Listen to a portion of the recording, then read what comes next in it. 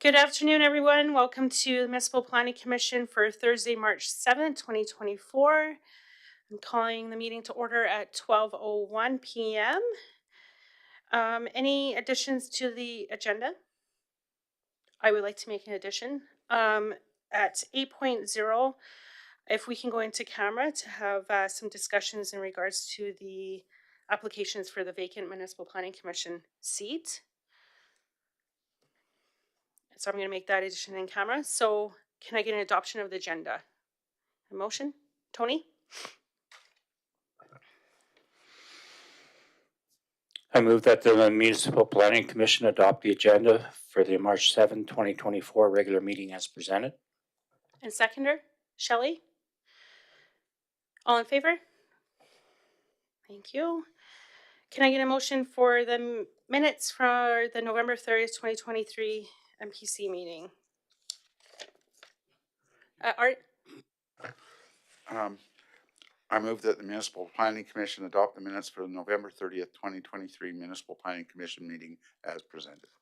Seconder? Shelley? Comments? Questions?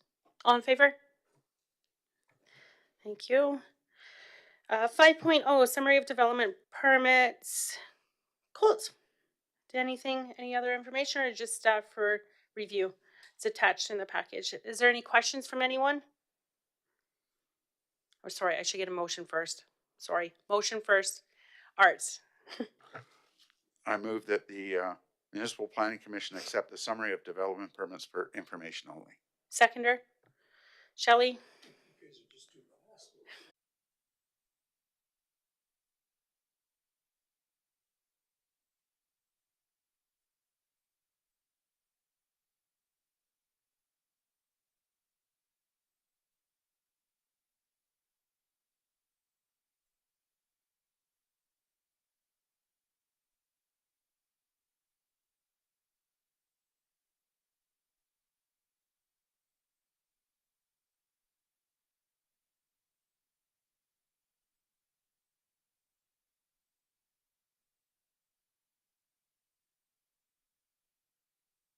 Kirk, I'm sorry.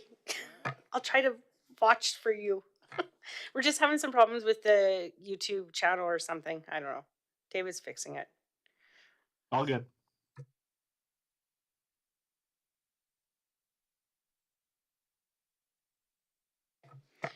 Sorry, everyone. Welcome back. Sound like we're reconnected for anyone that's listening and watching on the YouTube channel. So we are on 6.0 development permits. Can I first get a motion? Kirk. Oh, you didn't have your hand up? No, not at this moment. Were we going to talk about this variance here? Well, first I need a motion and a seconder, and then we have discussion. Okay.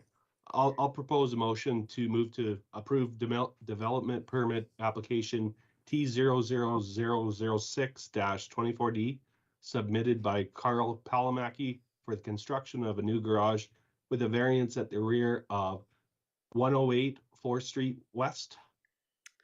And a seconder. Art, thank you. And Mr. Palamaki, you're here in person, so if you want to just come to the front there, and the left button is where you can speak, and this is an opportunity where we'll have ask some questions and you can provide some answers. But Colt will kind of give us an overview here first, so thanks.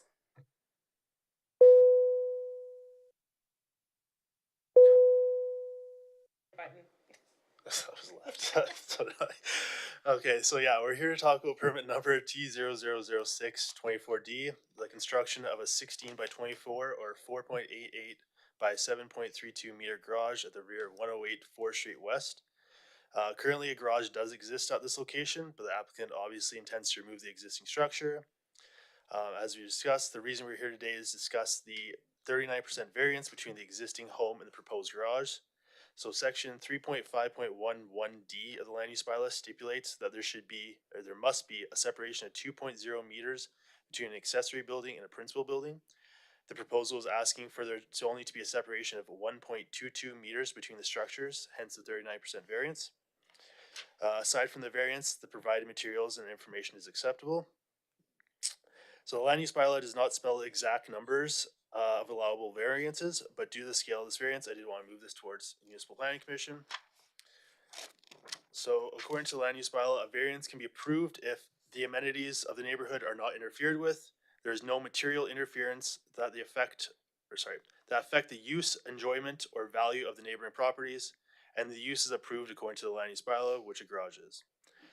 There is precedence of this similar thing happening in the valley, although the variance in that precedent is not as significant.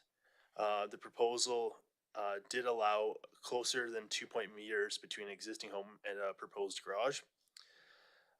In this case, a more fire resistant material was required that had a longer burn rate. The applicant expressed over the telephone that this may be a stipulation, he understands it.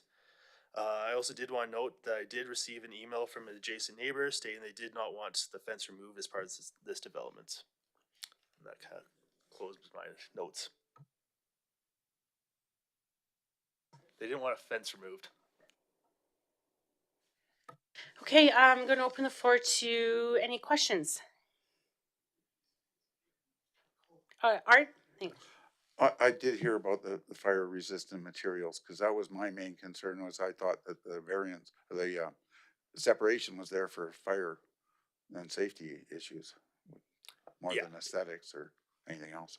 Yeah, so it is, but there has been precedent where you can install building materials that have a longer burn rate, so longer response time for the fire department to get there. Like I said, this is a precedent already that we've allowed. I can speak to that portion a little bit too.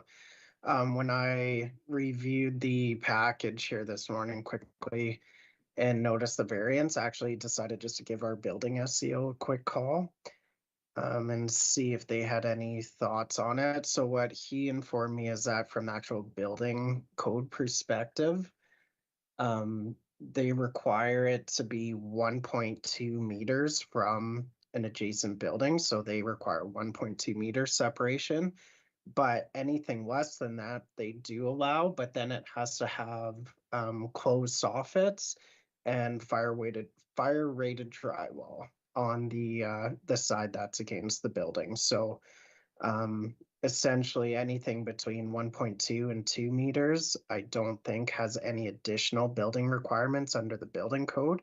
Anything less than that can be approved, but has additional building requirements. So if MPC does move forward with an approval, I would recommend the applicant just to be aware that at the building stage, the building SEO may have some additional requirements for fire safety.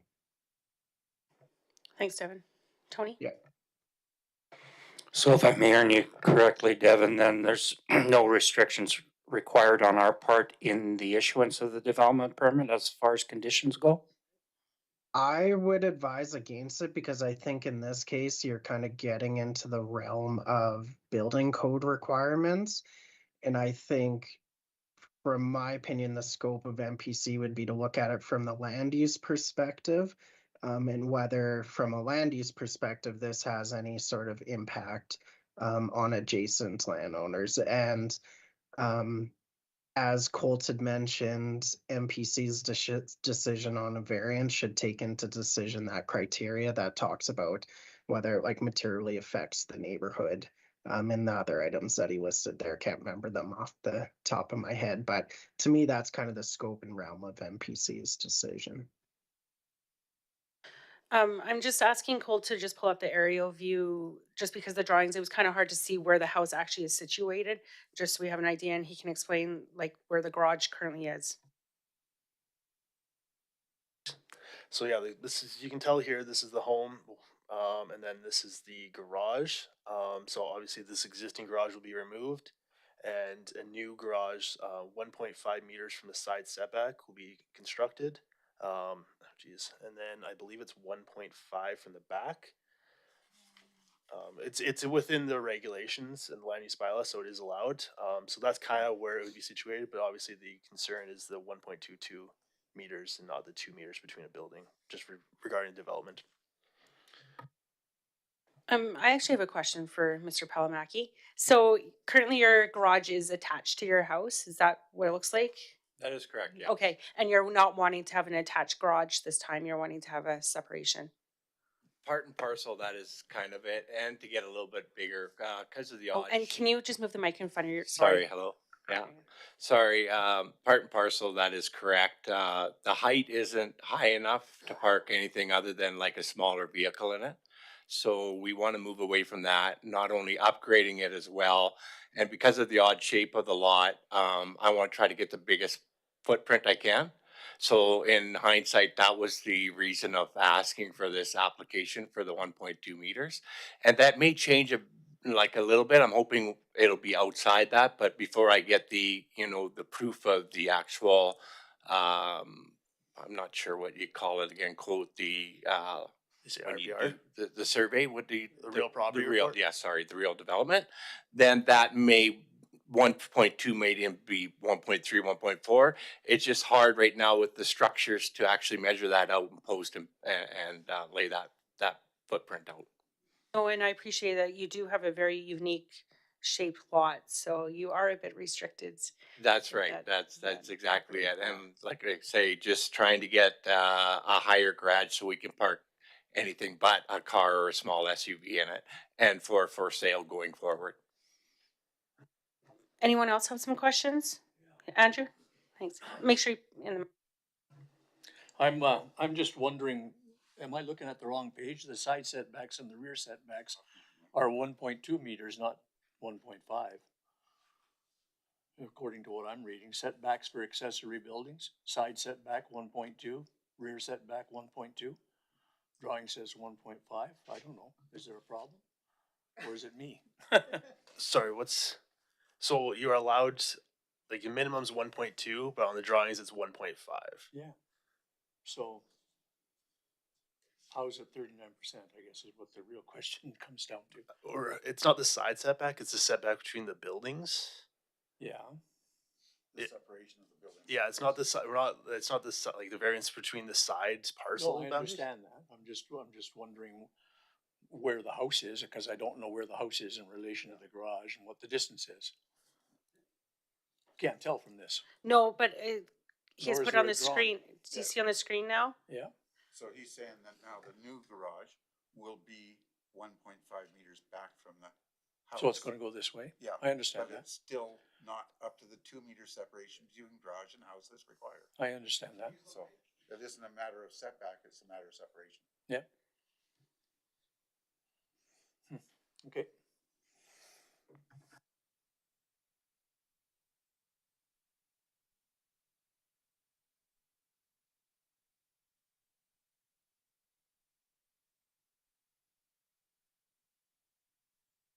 Did that answer your question, Andrew? Yeah. Okay. Tony, thanks. Yeah, just two questions here, I guess, just further to Andrew's. So we're within the required setback requirements of the property, outside property boundaries, and a compliance certificate in future would not be a problem for the town to issue. And I'm thinking in a resale matter, Yeah, all like the setbacks from the building to the parcel boundary are acceptable. right? Yeah, all good there. My next question is, there was some reference made to the fence. Who owns the fence? I believe both of us. I'm not too Looks sure. like it's on your property line.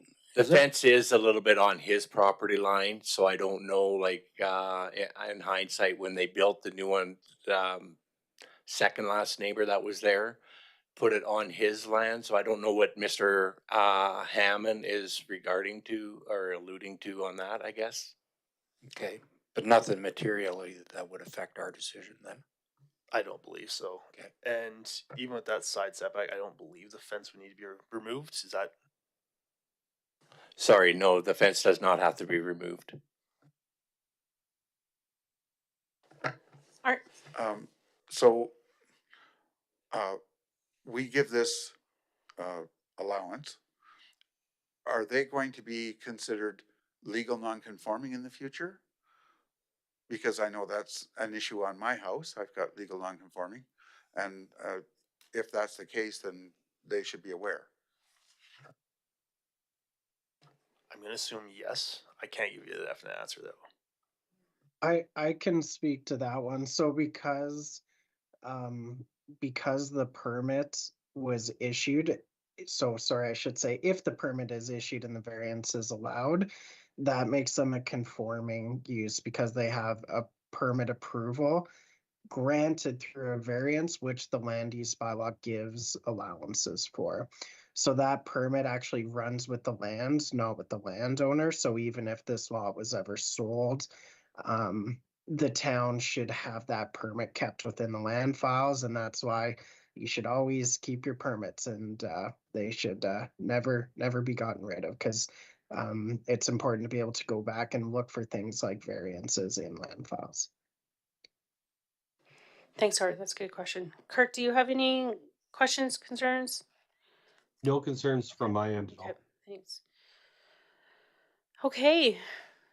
Did all our questions get answered? Is there anything else that you want to say, Mr. Palamaki? I don't believe so at this time. Thank you.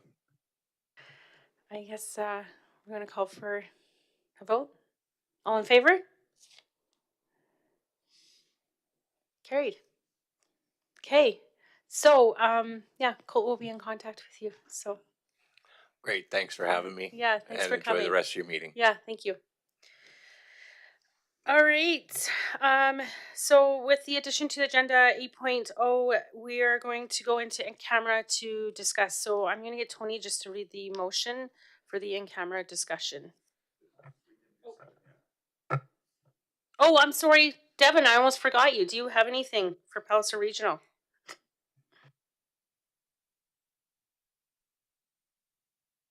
Sorry, I was muted here. No applications to bring forward. Thanks. Yeah, we're obviously... David, how is this going to work for these ones on screen? You're just taking it off the YouTube channel? Okay. Okay, I'll get Tony to read that motion then. I'll move that MPC close the meeting to the public to discuss third-party contract and personnel as per FOIP 16, disclosure harmful to business interests of a third party, FOIP 23, local public body confidences, and FOIP 24, advice from officials. Seconder? Thank you, Andrew. All in favor? Okay, for the public, we'll just be a few minutes. So if you want to come back and listen, we're just going to have this discussion, then come back and have a motion for that. Thanks.